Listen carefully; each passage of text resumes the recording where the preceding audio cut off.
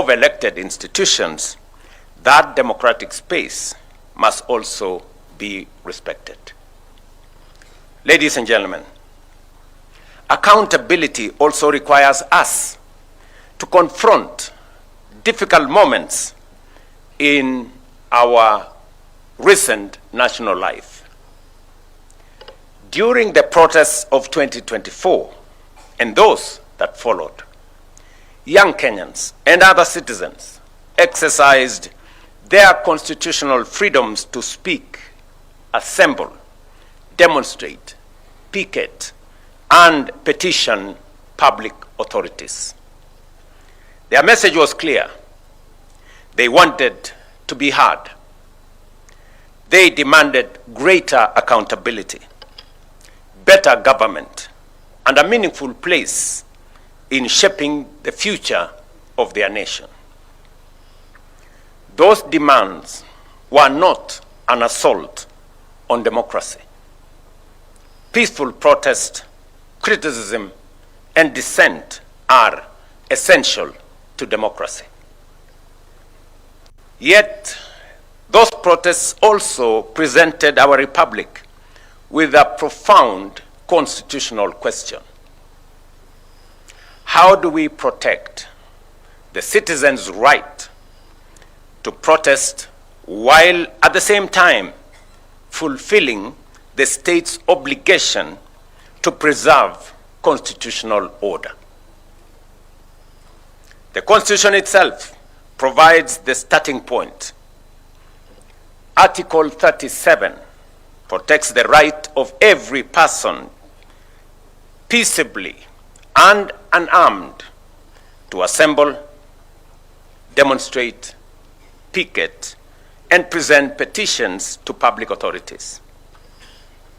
That protection must be real. No Kenyan should lose their life, liberty, or dignity merely for criticizing government, expressing an unpopular opinion, or participating in peaceful demonstration. I recognize the pain that remains from the events of that period. Some families lost loved ones.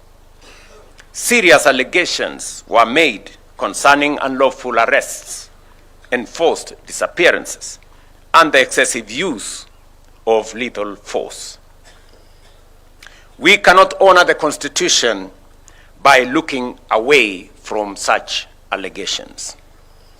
Every credible allegation of a human rights violation must be investigated independently, thoroughly, and transparently.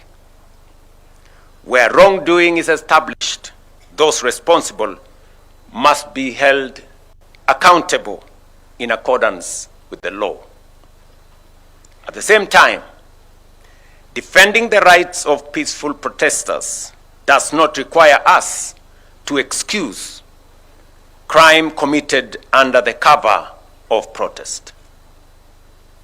The Constitution protects peaceful and unarmed assembly. It does not protect arson, looting, lawlessness, violence, intimidation, attacks on citizens, or the destruction of public and private property.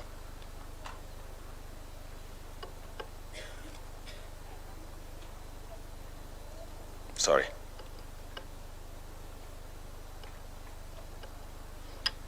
We must therefore distinguish carefully between a citizen exercising a constitutional right and an individual committing criminal offenses.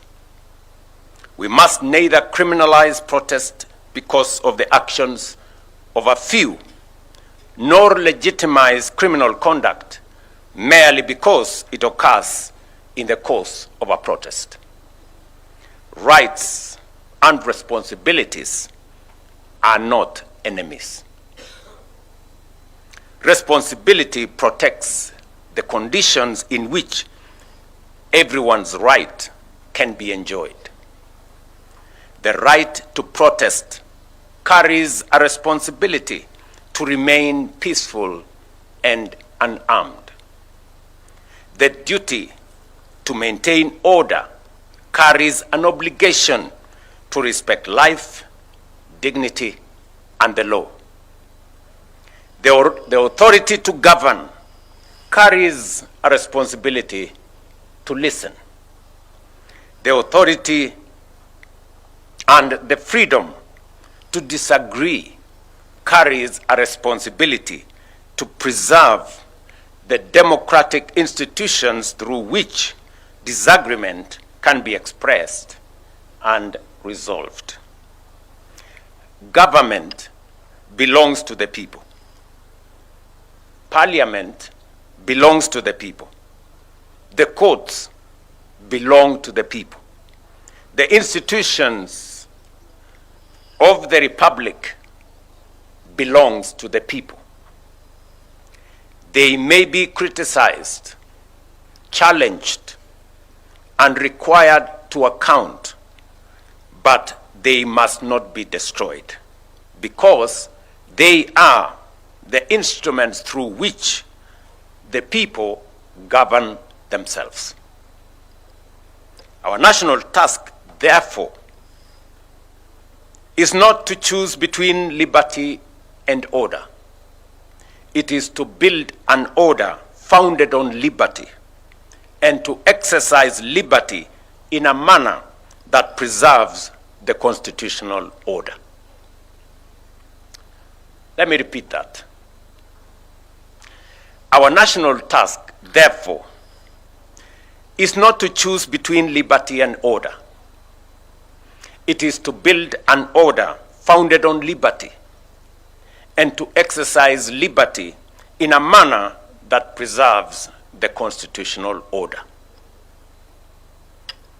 Ladies and gentlemen, the Constitution belongs to all of us.